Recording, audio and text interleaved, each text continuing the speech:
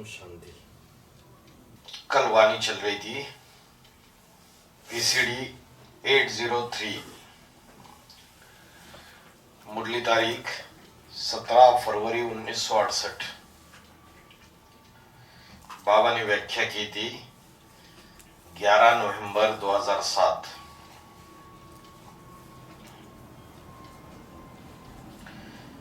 बाबा समझाते हैं, अभी मैं तुम बच्चों को लेने आया हूं और जरूर ले जाऊंगा। सिर्फ मेरे को याद करेंगे तो तुम्हारे पाप कटेंगे। भक्ति मार्ग में तो बहुतों को याद करते रहे,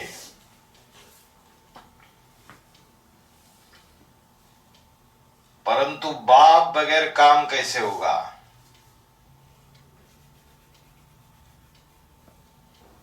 बाप थोड़े ही कहते हैं कि मां को याद करो, बाप तो कहते हैं मुझे याद करो। पतित पावन मैं हूं ना, तुम्हारी मां थोड़ी ही पतित पावन है। तो बाप के डायरेक्शन पर चलो। मां का रिगार्ड करने के लिए बोला है, उसकी डायरेक्शन मानने के लिए नहीं बोला है। डायरेक्शन मेरी मानो और मां का रिगार्ड करो।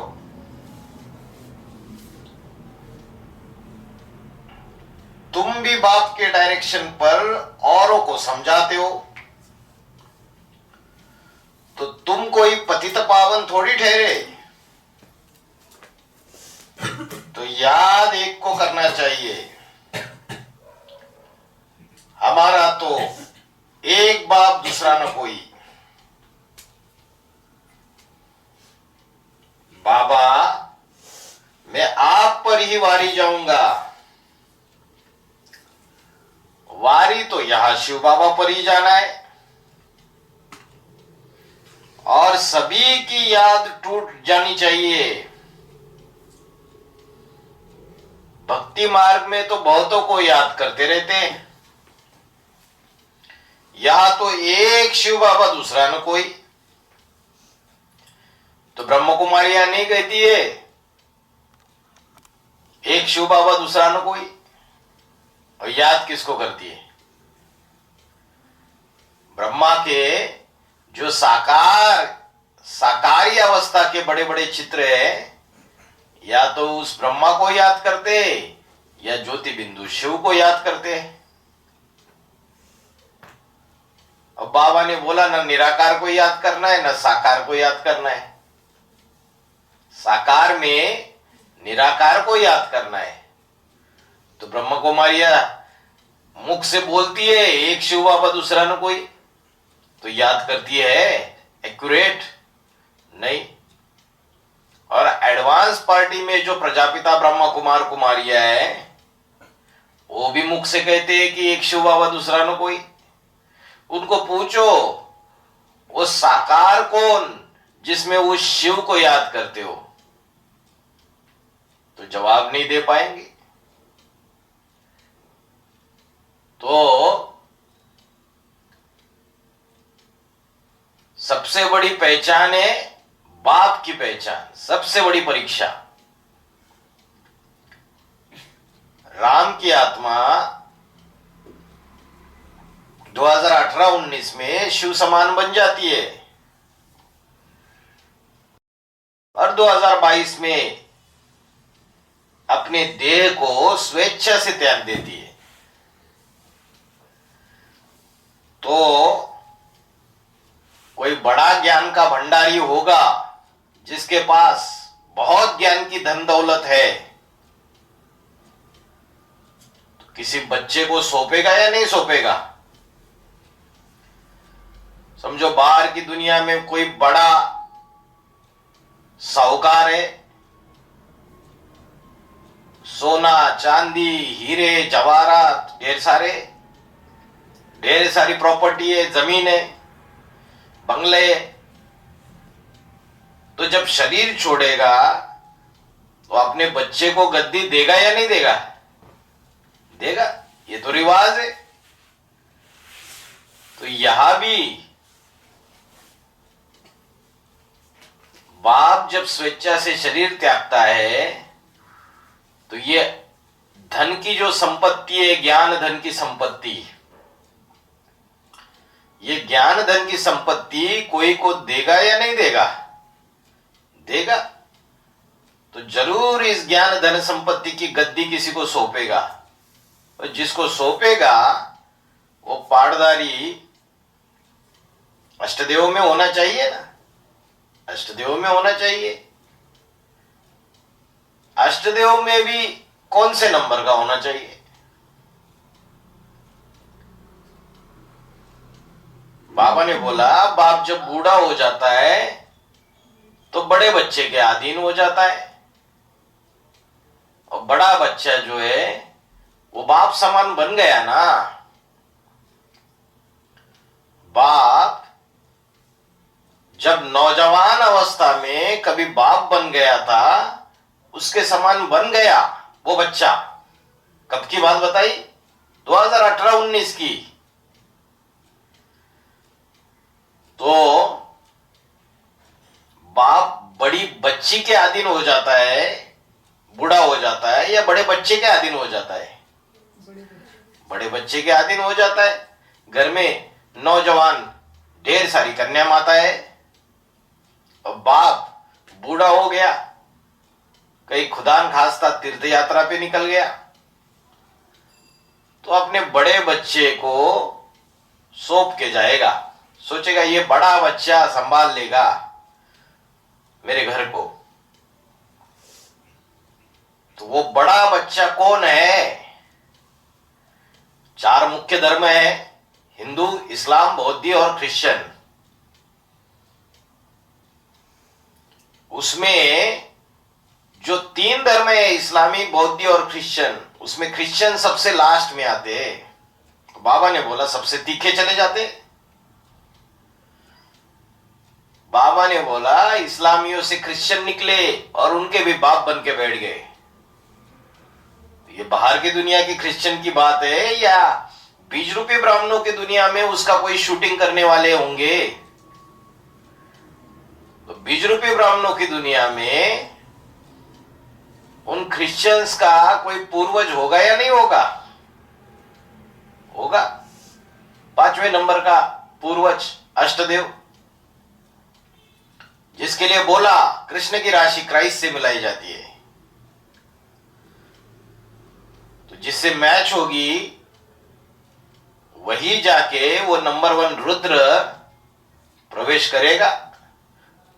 करेगा, और जो अपनी ज्ञान धन की संपत्ति है उसके द्वारा औरों को बांटेगा। तो बोला एक शिव बाबा दूसरा न कोई। फिर कोई यहां अपनी चलाते, फिर मूंज पड़ते, कहते बिंदी को कैसे याद करे? अरे तुमको तो अपनी आत्मा याद है ना कि मैं आत्मा बिंदी हूं। तुम्हारा बाप भी बिंदी है, बाप से वर्षा मिलता है, मां तो फिर देदारी हो जाती है। मां साकारी होती है, बाप निराकारी होता है। बाप बीज होता है, मां क्या होती है? धरनी होती है। तो बीज है निराकार और बाप है निराकार। उसको आधार चाहिए, वो आधार साकार होता है। तो एक बाप से वर्षा मिलना है तो और सभी बातें छोड़ एक से बुद्धि का योग लगाना है। याद से ही सबके पाप कटेंगे। अगर एडवांस पार्टी में भी जिस तन को स्वेच्छा से त्याग दिया, उस तन में अगर आज भी शिव को याद करते हैं तो पाप कटेंगे? विकर्म विनाश होंगे क्या? नहीं होंगे। जब जब डिब्बी को, जो तख्त है, डिब्बी है शरीर रूपी, वो सड़ गया, पुराना हो गया, जला दिया, भस्म हो गया, तो उसको याद करने से फिर पाप कर्म विनाश नहीं होंगे। तो ड्रामा में ये जो नंबर बनने हैं माला के, वो माला के नंबर बुद्धिमान बाप के बुद्धिमान बच्चों का सिलेक्शन होगा या कोई ऐसे ही भगत कैटेगरी वालों का सिलेक्शन होगा? बुद्धिमान बाप के बुद्धिमान बच्चों का सिलेक्शन होगा। और इसलिए ये सारी छटनी हो रही है। छटनी तो यज्ञ के आदि से हो रही है। 1936 से छटनियां होनी चालू हो गई। 1942 में छटनियां हुई, फिर 1948 में फिर से छटनी हुई, फिर 1969 में जब ब्रह्मा बाबा ने शरीर छोड़ा, उसके बाद एडवांस ज्ञान निकला, फिर से छटनी हो गई। 2017-18 में तीसरी दुनिया का विनाश और चौथी दुनिया की शुरुआत हो गई, फिर से चटनी हो गई। चटनी होती रहेगी और जो बुद्धिमान बाप के बुद्धिमान बच्चे हैं उनका सिलेक्शन होता जाएगा और फिर 108 की माला तैयार हो जाएगी। तो बोला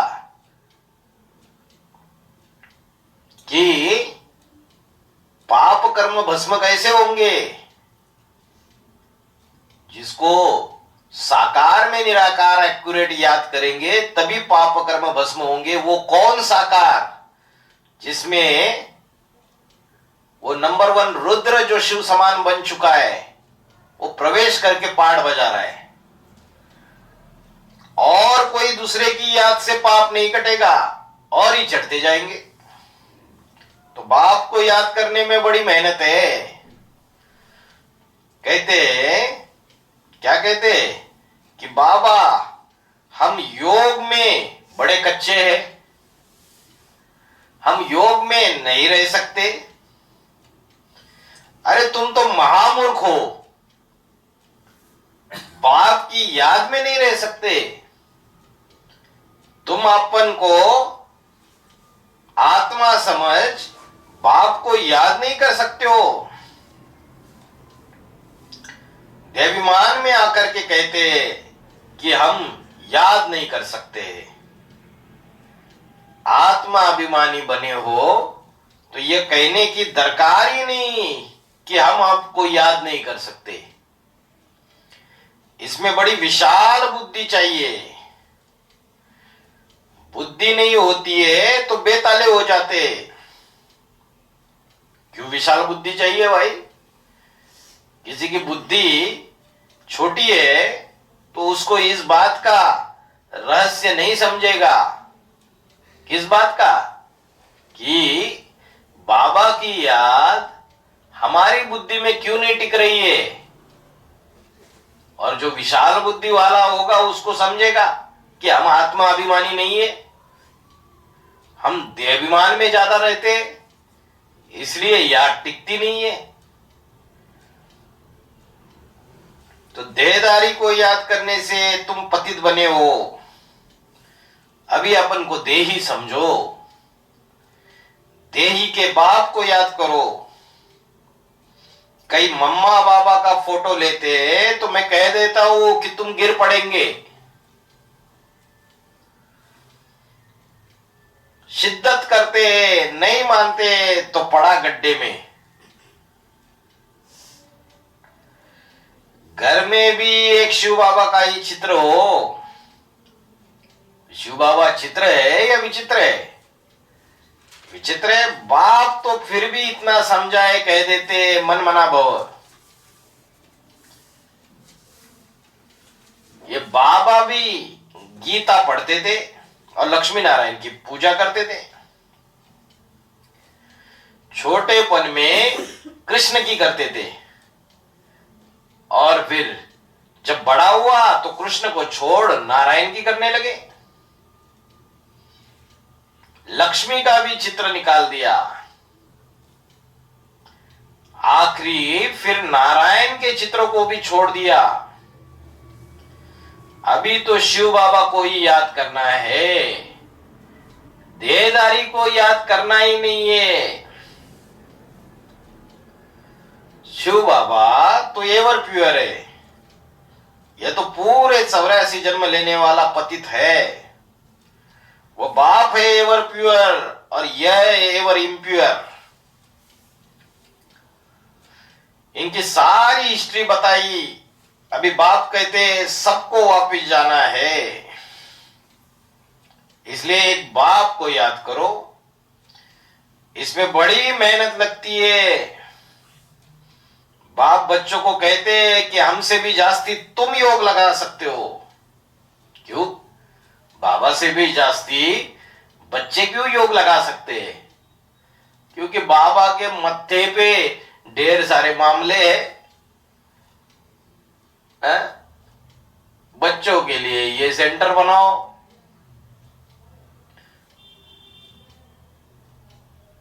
बच्चों के लिए सारी व्यवस्थाओं की पूर्ति करो।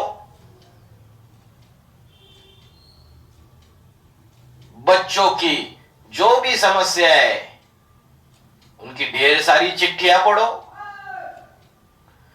जो भी उनकी कमजोरी है उसको समझो, निवारण करो। तो बाबा के सर पे तो ढेर सारे मामले हैं। तो बोला बाप बच्चों को कहते हैं कि हमसे भी जास्ती तुम योग लगा सकते हो। कितने सेंटर से पत्र आते, ढेर के ढेर बच्चे, कभी किस सेंटर से कभी किस सेंटर से ऊंचे नीचे समाचार आते रहते।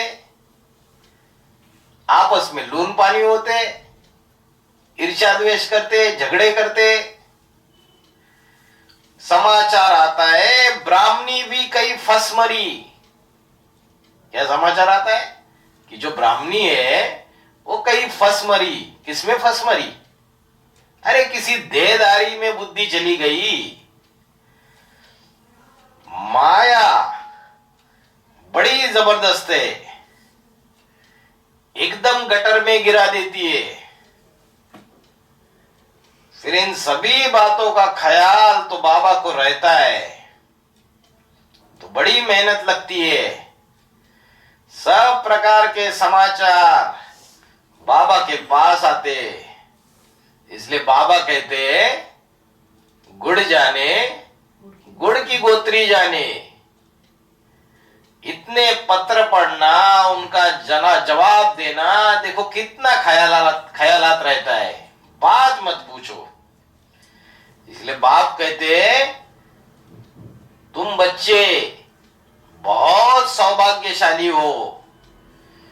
बाप रूहानी बच्चों को ही समझाते। इसमें बड़ी मेहनत की बात है। ये तो पक्का निश्चय है, जो कल्प पहले हुआ था वही होने का है। फिर भी गुटके तो आते हैं ना, और अभी अगर गुटके ना आए तो कर्मातीत अवस्था हो जाए। बहुत गुटके खाने पड़ते हैं। फिर भी तो कह देते हैं कि यह ड्रामा में नूंद है।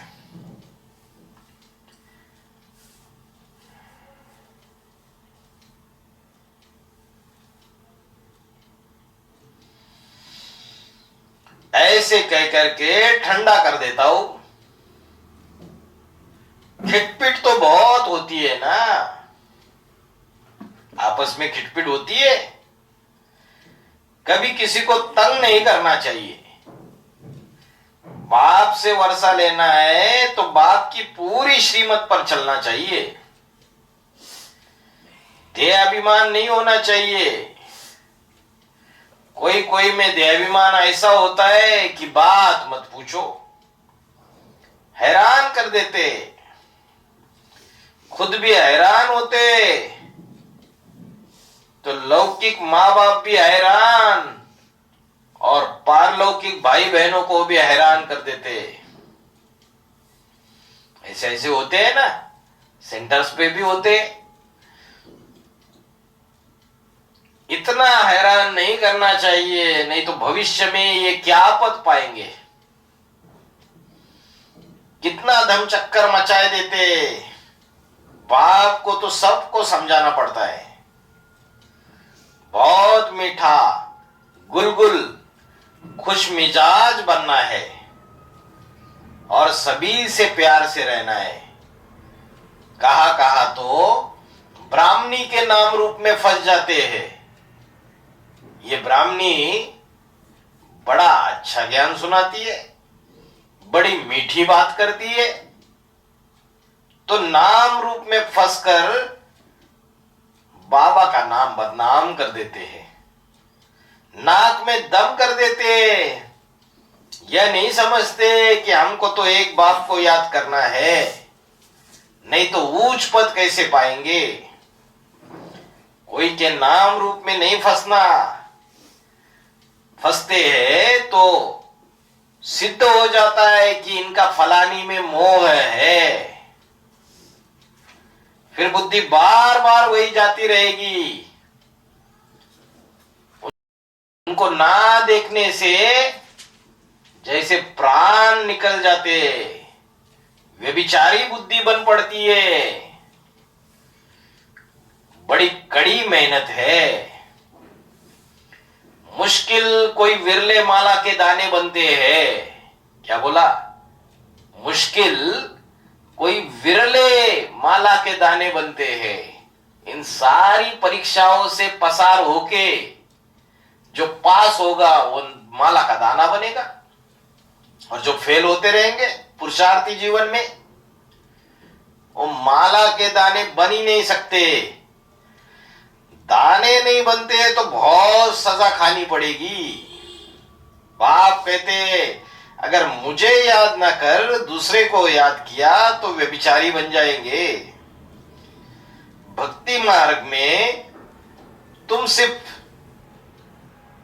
मेरी ही पूजा करते हो, उसको अव्यभिचारी पूजा कहा जाता है।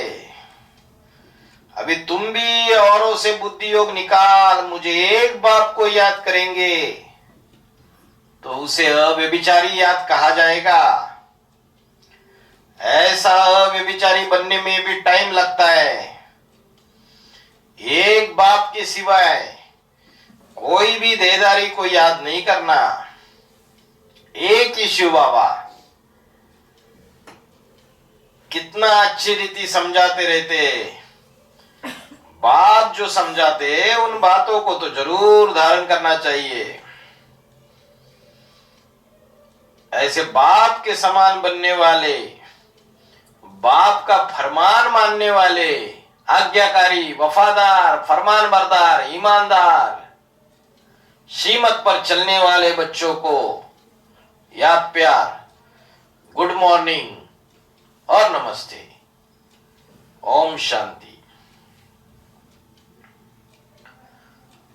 और एक वाणी है, ऑडियो 51।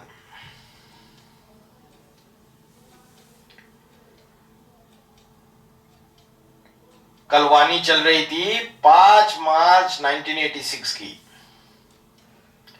12 नंबर के रजिस्टर में 5वां पेज मध्य आदि में बात चल रही थी।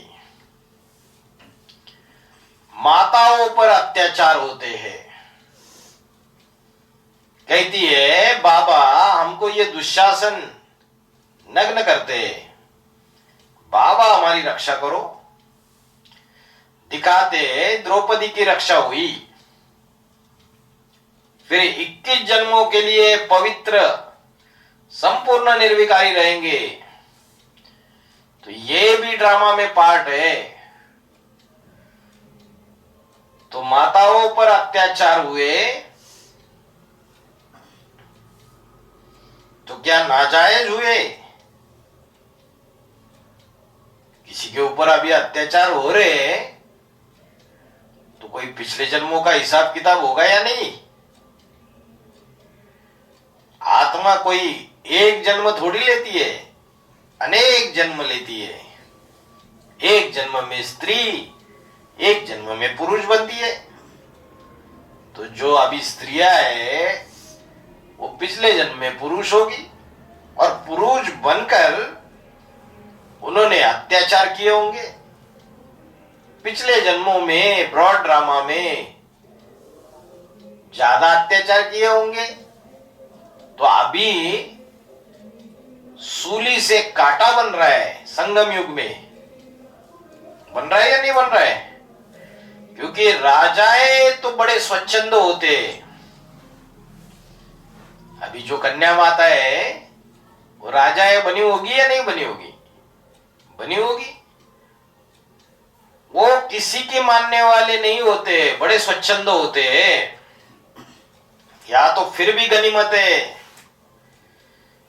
शिव बाबा आया हुआ है रक्षा करने वाला, हमको निश्चय है, इसलिए सहन करने में कोई हर्जा नहीं है।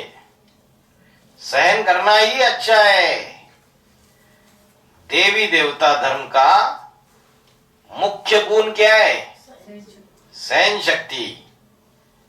खास माताओं के लिए या पिताओं के लिए है? जिसको ये धारण करना है, खास माताओं के लिए भारत माता कहा जाता है। माताओं को बाबा ने आगे क्यों बढ़ाया? पिताओं को क्यों नहीं आगे बढ़ाया? माताओं को इसलिए आगे बढ़ाया क्योंकि वो जरूर सहन कर सकती है। पुरुष तो है ही दुर्योधन दुशासन वृत्ति के, वो चोला ही ऐसा है कि सहन नहीं कर सकते। हाँ, वो स्वभाव संस्कार की बात दूसरी है। जैसे रुद्रमाला में जो कन्या माता है वो भी पुरुष स्वभाव संस्कार के है या नहीं है? जन्म जन्मांतर के है। और जो विजय माला से आने वाली जो शक्तियां होगी, जो स्त्री चोले में, वो तो सहन करने वाली होगी। वो तो सोने में सुहागा है। लेकिन जो पुरुष चोले में भी होंगे उनमें बहुत सहन शक्ति होगी।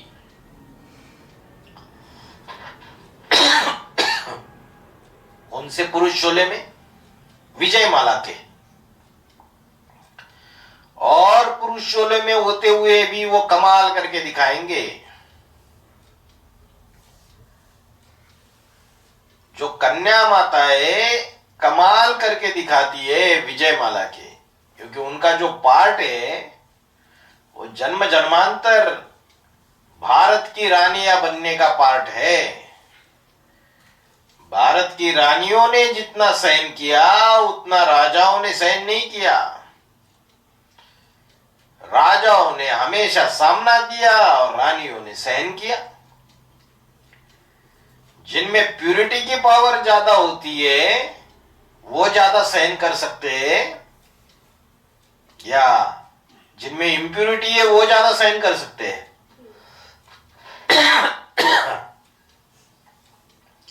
प्यूरिटी की पावर जिनमें ज्यादा है वो ज्यादा सहन कर सकते हैं। भारत के राजाओं में प्यूरिटी की पावर नहीं रही। राजाओं ने ढेर सारी रानियां रखना चालू कर दिया।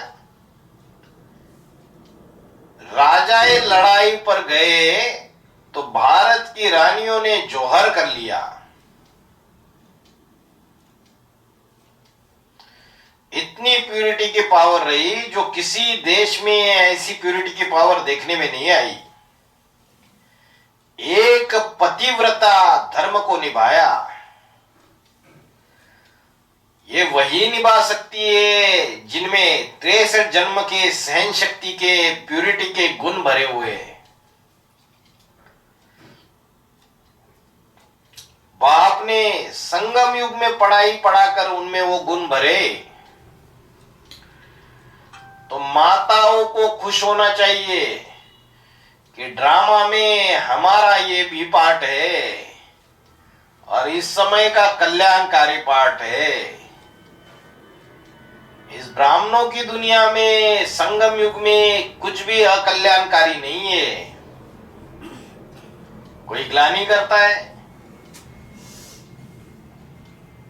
झूठी बातें बोलता है, अपमानजनक शब्द बोलता है, वो भी कल्याणकारी है। जहां कल्याण देखने में आता है, दुख देखने में आता है, तो समझो अज्ञान है। ज्ञान की दृष्टि अभी आई नहीं है, दृष्टि संकुचित है। 84 जन्मों के चक्र को एक दृष्टि से देखने की दृष्टि नहीं है। तो ड्रामा में ये भी पार्ट है। तुम जानते हो, हम 21 जन्म के लिए वेद के बाप से वर्षा लेने के लिए आए। याद की यात्रा में रहते हम अपने को पवित्र बनाते, फिर विकार में गए तो खलास। अत्याचार तो होते हैं, दुर्योधन दुशासन नग्न करते, लेकिन यहां तो बाप आया हुआ है। वो तो कहते बच्चे किसी भी तरह पवित्र जरूर रहना है। तो इसका क्या मतलब हुआ? बांधे ली बेचारी क्या करे, वो तो बंधन में है, कैसे पवित्र रहे? तो युक्ति बताई, तुम्हारा शरीर बंधन में है, मन को तो कोई बांध नहीं सकता। तो मन बुद्धि से तुम याद की यात्रा में रहो।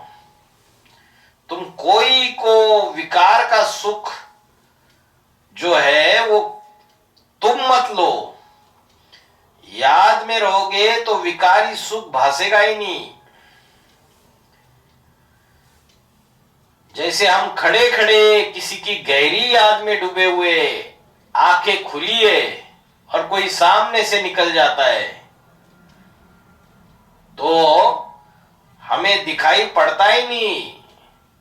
तो जैसे आत्मा ने, आंखों ने वो सुख भोगा ही नहीं, क्योंकि मन जो है वो कई अलग जगह है।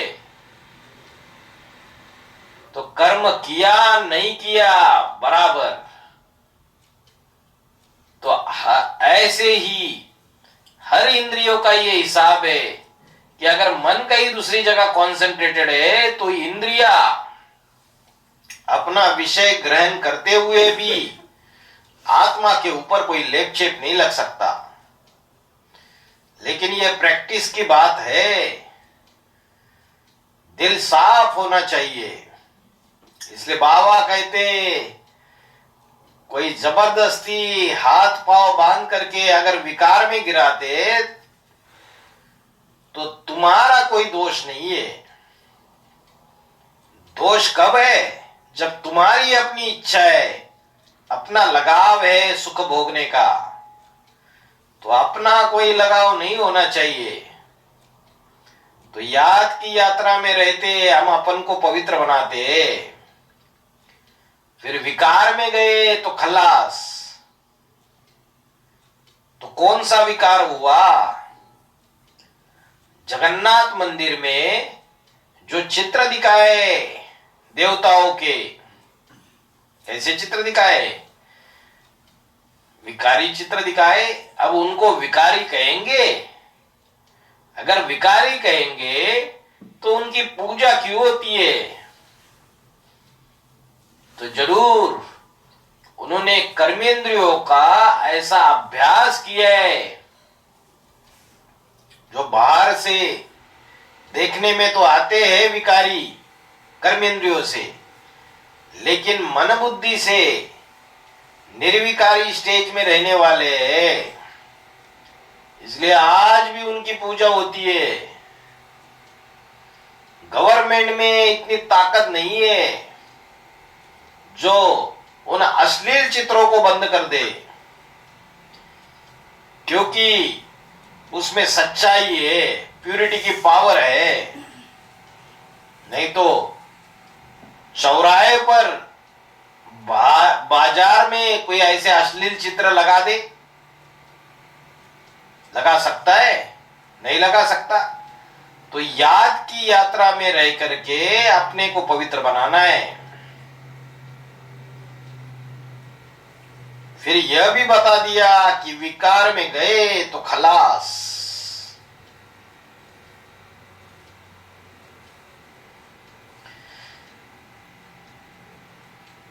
अपना लगा हुआ और मन बुद्धि को विकृत बनाया तो खलास हो जाएगा, एकदम गिर पड़ेंगे। क्योंकि सच्चे दिल पर साहब राजी होगा, झूठे दिल पर सच्चा साहब राजी नहीं हो सकता। इसलिए बाप कहते पवित्र जरूर रहना है। जो कल्प पहले बने थे वही पवित्रता की प्रतिज्ञा करेंगे। जो बने ही नहीं होंगे तो प्रतिज्ञा पवित्रता की भी कैसे कर सकते हैं? तो कोई पवित्र रह सकते, कोई नहीं रह सकते। ऐसे भी है ब्राह्मणों की दुनिया में जो दिन में 3-3, 4-4 बार विकार में जाते, ऐसे बच्चे भी है। तो मुख्य बात है याद की। याद करेंगे, पवित्र रहेंगे और सुदर्शन चक्र फिराते रहेंगे तो फिर पद भी ऊंचा पाएंगे। विष्णु के 2 रूप राज्य करते हैं ना। एक तो सतयुग में राधा कृष्ण बनने वाली आत्माएं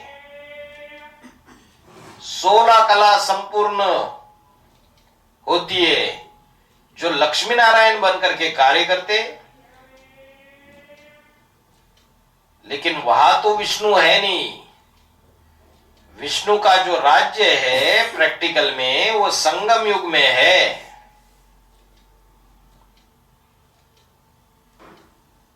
जो स्वभाव संस्कार मिलाने की जो बात है, सहयोगी बनने की जो बात है, जो विष्णु की 4 भुजाएं सहयोगी बनती है, वो संगम युग की बात है। विष्णु को भुजाएं दी 4 भुजाएं और रावण को 10 सर दिखाए दिए। तो विष्णु को सर क्यों नहीं दिखाए दिए? क्योंकि विष्णु में बुद्धि एक की है और बाकी सारे मददगार है, सहयोगी है। अपनी बुद्धि का तो सहयोग दिया जाता है। तो किसी ने अपने मनमत पर ढेर के ढेर प्रदर्शनी के चित्र निकाल दिए ईश्वरीय सेवा के लिए, तो यह अपनी अलग से बुद्धि लगा दी। एक सिर जुड़ गया। रावण के जो अनेक अनेक सर है, किसी ने ढेर सारा लिटरेचर निकाल दिया अपनी मनमत से। अपनी मनमत के आधार पर बुद्धि लगा करके जो सहयोग दिया वो रावण का सिर हो जाता है। लेकिन जो बाप के बन गए उनको अपनी बुद्धि नहीं चलानी, विष्णु को फॉलो करना है। विष्णु के अनेक सिर नहीं दिखाए जाते, भुजाएं दिखाई जाती है। भुजा बनकर के बाप के सहयोगी बनना। तो विष्णु के 2 रूप है,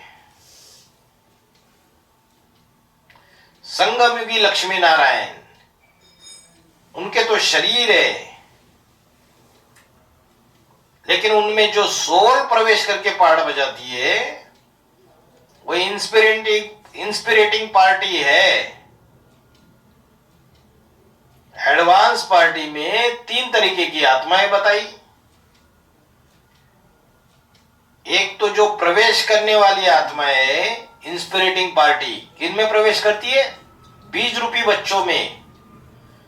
जो बीज रूपी ब्राह्मण है उनमें प्रवेश करती है, वो उमंग उत्साह में लाती है। ब्रह्मा सरस्वती मम्मा बाबा की सोल जैसे है तो उन जैसी आत्माएं वो प्रवेश करती है और बच्चों से सेवा कराती है। क्योंकि बाबा ने मुरली में बोला जो तमोप्रधान आत्मा है वो कोई सर्विस नहीं कर सकती, तो वो इंस्पिरेटिंग पार्टी है। और जिन बच्चों में प्रवेश करते हैं एडवांस पार्टी में, बीज रूप ब्राह्मणों में, वो कौन से बच्चे हैं? रुद्रमाला के मन के प्लानिंग पार्टी। और तीसरी पार्टी कौन सी है? प्रैक्टिकल पार्टी, जो प्रैक्टिकल ज्ञान को जीवन में धारण करके दिखाते हैं। वो कौन है? विजयमाला। जो प्लानिंग पार्टी है रुद्रमाला, उनका मुख दिखाया जाता है। उन्होंने बुद्धि लगा करके वाचा की शक्ति से परमात्मा के कार्य में सहयोग दिया। तो रुद्रमाला जो है वो मुख की यादगार बन गई, उसमें मुख दिखाए जाते हैं। और विष्णु की माला है रुंडमाला, रुद्रमाला है मुंडमाला। रुंड माना क्या? रुंड माना धड़। तो जो विष्णु की माला है वो रुंड माला है, उन्होंने अपना सर नहीं लगाया। जब मकान बनता है तो जो मजदूर होते हैं वो प्रैक्टिकल पार्टी है, वो अपने शरीर की ताकत लगाते। और जो इंजीनियर होता है वो नक्शा बनाता है, बुद्धि लगाता है, प्लानिंग करता है। तो विजयमाला की जो शक्तियां निकलती है वो ईश्वरीय कार्य में अपनी अकल नहीं भिड़ाती। सरेंडर होने के बाद उनका एक काम है कि जैसे बाबा चलाएगा वैसे हम चलेंगे, अपनी अकल अपनी बुद्धि नहीं लगाएंगे। तो उनका यादगार हो गया रुंडमाला। रुंडमाला माने धड़ से सहयोग दिया, सिर से ईश्वरीय कार्य में अपनी बुद्धि नहीं चलाई। क्योंकि बाबा ने अव्यक्तवाणी में बोला, बाप को दिल वाले बच्चे प्रिय है, ज्यादा बुद्धि चलाने वाले नहीं। दिल शरीर में होता है और दिमाग सर में होता है। जो परमात्मा है वो खुद ही बुद्धिमानों की बुद्धि है। तो जो ज्यादा बुद्धिमान होगा वो बुद्धि को महत्व देगा। उसके सामने अगर कोई बुद्धि चलाएगा तो अगर चलाने वाला जो है वो बुद्धू हो गया, फिर तो वो दिल वालों के ऊपर ज्यादा खुश हो जाता है, फिदा हो जाता है। ज्ञान में आने से पहले हम कुछ जानते थे कि हम अपनी बुद्धि चलाए उसके सामने। तो परमात्मा बाप को बुद्धिमान बच्चे, जो दिमागी बच्चे, वो दिमाग का अहंकार रखने वाले बच्चे प्रिय नहीं है, दिल वाले बच्चे प्रिय। दूसरी तरफ गीता में बोला, ज्ञानी तो आत्मा मुझे प्रिय, ज्ञानी प्रभु ही विशेष प्यारा। लेकिन ज्ञान जो है वो तो रावण के पास भी था, प्रकांड ज्ञानी था। लेकिन प्रैक्टिकल जीवन में ज्ञान को धारण नहीं कर पाया। रावण के हाथ में भी वेद शास्त्र दिखाए हुए, लेकिन प्रैक्टिकल जीवन में ज्ञान को धारण नहीं किया, व्यभिचारी था। और वशिष्ठ और विश्वामित्र, इनको भी ज्ञानी दिखाया जाता है और रावण को भी ज्ञानी दिखाया जाता है। तो ये दो तरीके के ब्राह्मण हैं। रावण के अंदर ज्ञान तो था, परमात्मा को जानता भी था, लेकिन बुद्धि का अहंकार ज्यादा था कि अगर परमात्मा है तो प्रैक्टिकल में प्रूफ दो। ज्ञान में चलने वाली कुछ आत्माएं ऐसी होती है जो प्रैक्टिकल करके खुद देख लेगी, तब बाप की बात को मानेगी। तब तक मानने वाली नहीं है।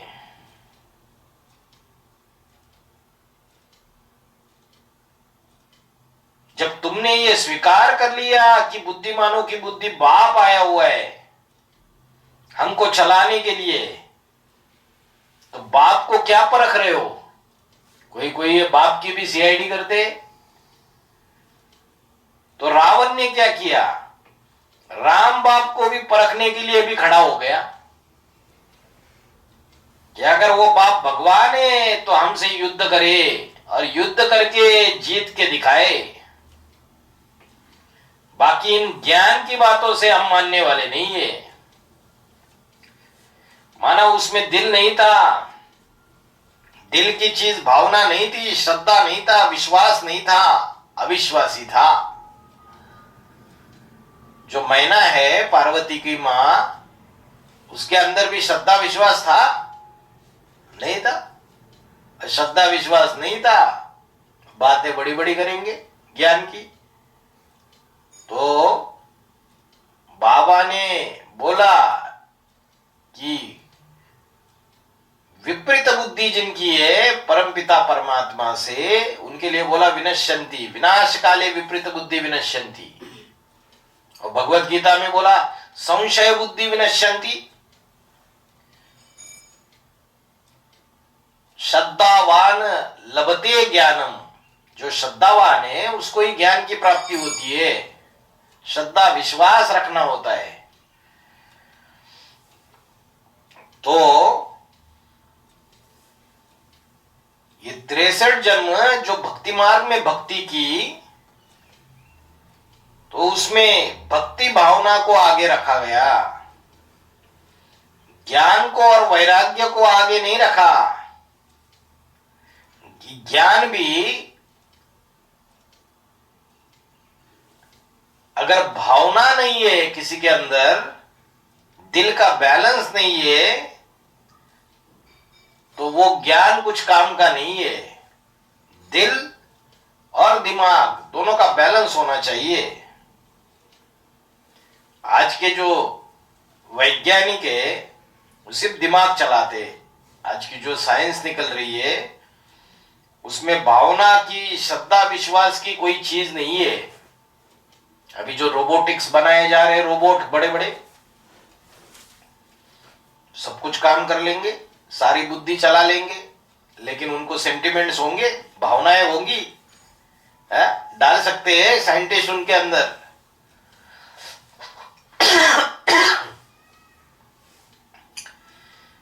इसलिए दुनिया का डिस्ट्रक्शन कर रहे। जो दुनिया सुख की दुनिया बननी चाहिए लेकिन उसका ध्वंस कर रहे।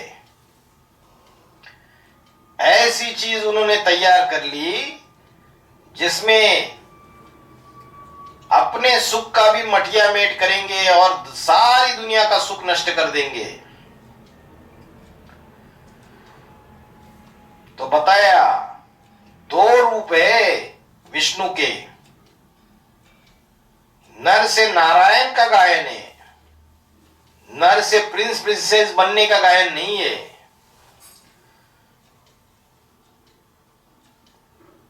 तो एक है सतयुग के लक्ष्मी नारायण और एक है संगम युग लक्ष्मी नारायण। तो दोनों को मिला दिया गया। जैसे दौड़ होती है तो दौड़ में कोई आगे जा रहा है और लास्ट घड़ी में जा करके जैसे ही वो जो अंतिम रेखा छूने का मौका आया तो वो पीछे रह गया और उसके पीछे वाला जो है वो हाई जंप लगाकर आगे आ गया। तो जो पीछे से हाई जंप लगा के आगे आया उसको प्लस में रख दिया जाता है। तो यहां भी जो राम वाली आत्मा है वो ब्रह्मा वाली आत्मा से भी दौड़ में आगे चली जाती है, पुरुषार्थ में आगे चली जाती है, तो वो प्लस में चली जाती है। तो बोला जिनको हम समझते थे कि फेल्यूर है, बोला ना मुरली में कि राम फेल हो गया, तो यज्ञ के आदि में छोटी एग्जाम में जो फेल हो गया वो जरूरी है कि फाइनल एग्जाम में फेल ही होगा। तो बोला छोटे मोटे एग्जाम में फेल्यूर है तो फाइनल में जाकर के फर्स्ट भी आ सकते हैं। तो विष्णु के ये दो रूप हुए जो लक्ष्मी नारायण बनते हैं, राज्य करते हैं, संगम युग पर ही राज्य करते हैं। तो संगम में जो 21वें जन्म की डिनास्टी है, क्योंकि उनको स्थूल ताज तो होता नहीं है, वो बिना ताज के बादशाह है। जैसे नेहरू जी को कहते थे बेताज बादशाह। ऊंचे ते ऊंचा ताज कौन सा है? जिम्मेवारी का ताज। उससे ऊंचा कोई ताज दुनिया में होता नहीं, क्योंकि यह डायरेक्ट बाप के द्वारा मिलता है। तो संगम युग में जो प्रत्यक्ष रूप सामने आता है, परमात्मा बाप जिन बच्चों को शो करता है, प्रत्यक्ष करता है, father shows sons and son shows father. तो गॉड फादर ने जिन बच्चों को संसार के सामने सैंपल के रूप में रख दिया, वो हुए फर्स्ट लक्ष्मी नारायण, विष्णु का प्रत्यक्ष रूप। और जो उनमें प्रवेश करके कार्य करने वाली आत्मा है वो गई इंस्पिरिटिंग पार्टी, परोक्ष रूप।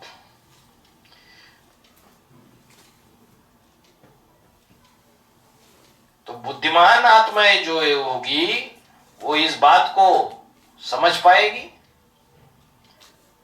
बाहर की दुनिया वाले तो समझ नहीं पाते हैं कि ब्रह्मा और सरस्वती जैसी आत्माएं प्रवेश करके पाठ बजा रही है। भूत प्रेत दिखते हैं क्या आंखों से? नहीं दिखते हैं। शिव को आंखों से देखा जा सकता है? नहीं देखा जा सकता। लेकिन जो बाबा के बच्चे हैं, ज्ञानितु आत्माएं, वो ज्ञान के आधार से पहचान लेते हैं। इंस्पिरिटिंग पार्टी को भी पहचान लेते हैं, शिव को भी पहचान लेते हैं। लेकिन दुनिया वालों जब प्रत्यक्षता होगी बाप की, तो वो साकार को देखेंगे या निराकार, या जो सूक्ष्म शरीरधारी आत्माएं प्रवेश करके इंस्पिरिटिंग पार्टी का पाठ बजा रही है उनको देखेंगे, उनको समझेंगे? नहीं समझेंगे। जो निमित्त साकार बने हुए उनकी वाहवा होगी, उनकी महिमा होगी। ओम शांति।